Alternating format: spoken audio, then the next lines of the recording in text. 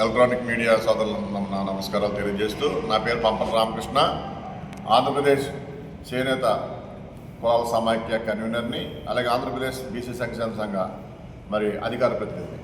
మీ ముందుకు రావడానికి ముఖ్య ఉద్దేశం, దేశవ్యాప్తంగా మరియు ఈ రాష్ట్ర వ్యాప్తంగా రైతాంగం తర్వాత అతిపెద్ద పరిశ్రమ చేనేత పరిశ్రమ. అటువంటి చేనేత పరిశ్రమ ఈ ఆంధ్రప్రదేశ్లో అంపశయ్య మీద ఉందనే చెప్పుకోవాలి.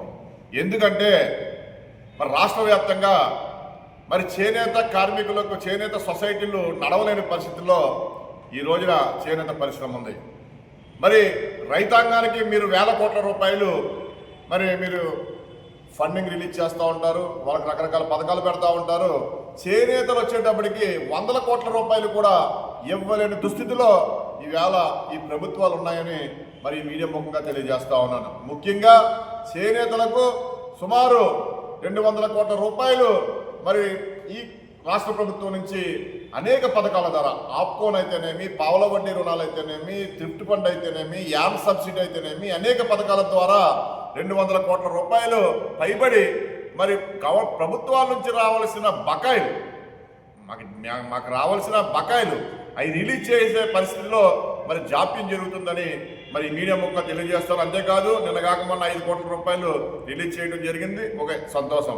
కానీ 5 కోట్ల రూపాయలు కూడా వడ్డీల రూపంలో సొసైటీలకు ఉన్న వడ్డీల రూపంలో పోతాయి తప్ప చేనేత సొసైటీలు కానీ చేనేత కార్మికులు కానీ ఏమి చేసే విధానంలో అయితే కనపడతలేదని ఈ మీడియా ముఖంగా తెలియజేస్తా ఉన్నాను. ముఖ్యంగా కూటమి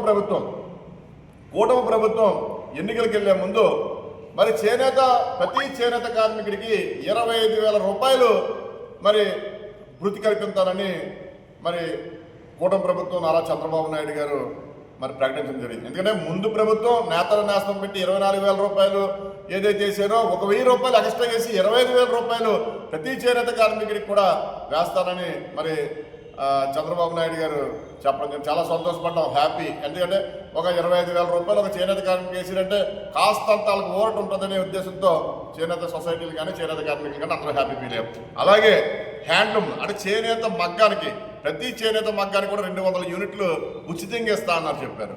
అలాగే మరమగ్గాలకి అంటే మిల్మేడ్కి దానికి 500 యూనిట్లు ఉచితంగా ఇస్తా అన్నారు. జీవో రిలీజ్ చేశారు తప్ప 20 నెలలు అవుతా ఉంది. చేనేత కార్మికుడికి ఈ రోజు కూడా వాళ్ళ అకౌంట్లో రూపాయి పడలేని పరిస్థితి అయితే ఉందని ఈ మీడియా ముఖంగా తెలియజేస్తా ఉన్నాను. పండగ వస్తూ ఉంది, చేనేత కార్మిక చేతి నిండా పని లేదు, వాడు తినడానికి కూలి లేదు.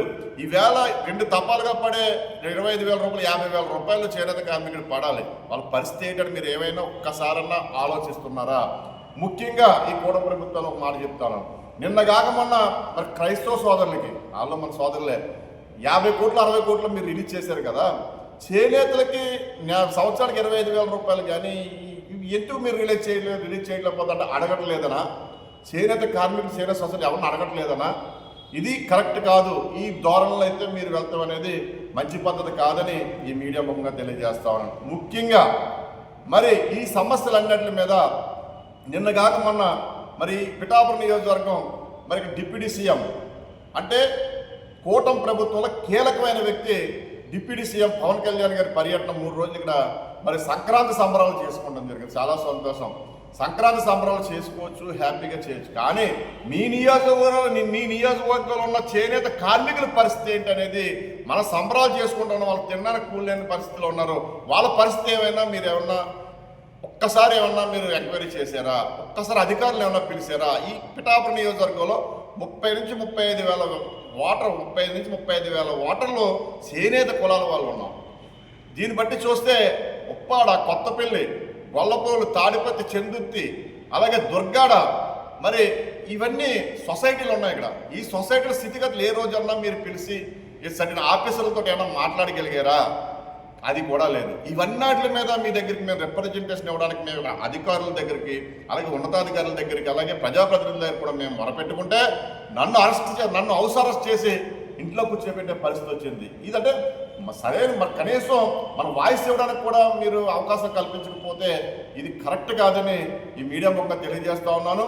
ముఖ్యంగా ఈరోజు మీ దగ్గర రావడానికి కారణం ఈ రిప్రజెంటేషన్ మీరు ఎలాగా తీసుకోలేదు, మీకు మాకు అవకాశం ఇవ్వలేదు. కానీ ఈ మీడియా ద్వారా అయినా సరే మీకు రిప్రజెంటేషన్ ఇవ్వాలనే ఉద్దేశంలో ఈవేళ పిఠాపురం నియోజకవర్గంలో పిఠాపురం హెడ్ క్వార్టర్లో ప్రెస్ మీట్ పెట్టి చెప్పడం జరిగింది.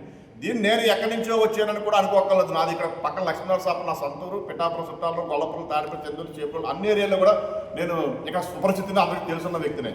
కానీ పవన్ కళ్యాణ్ గారికి ఒక సూటిగా మేము చెప్తా ఉన్నాం, మీరు అధికారం లేనప్పుడే 2017లో నేను చేనేతకి బ్రాండ్ అంబాసిడర్గా ఉంటానని 2017లో మీరు అనౌన్స్ చేయడం జరిగింది. ఎందుకంటే మేము చాలా హ్యాపీ ఫీల్ అయ్యాం చేనేత కార్మికులు, చేనేత సొసైటీలు. ఎందుకంటే కోట్లాది రూపాయలు ఇస్తాను కానీ సినీ ప్రముఖులు యాడ్ చేయలేని పరిస్థితుల్లో నేను చేనేతకి బ్రాండ్ అంబాసిడర్గా ఉంటానంటే చేనేతలు చాలా హ్యాపీ ఫీల్ అయ్యాం. కానీ ఆ దాఖలాలు అయితే ఎక్కడ కనపడతలేదు. దయచేసి పవన్ కళ్యాణ్ గారు, మేము ఈ మీడియా ముఖంగా నేను విన్నవించుకుంటా ఉన్నాను, ఇప్పటికైనా సరే చేనేత సమస్యల మీద మీరు దృష్టి పెట్టండి, చేనేతలను ఆదుకోండి, చేనేత సొసైటీలను ఆదుకోండి, తద్వారా చేనేత కార్మికుడికి పని కల్పించండి అని ఈ మీడియా ముఖంగా తెలియజేస్తూ సెలవు తీసుకుంటాం.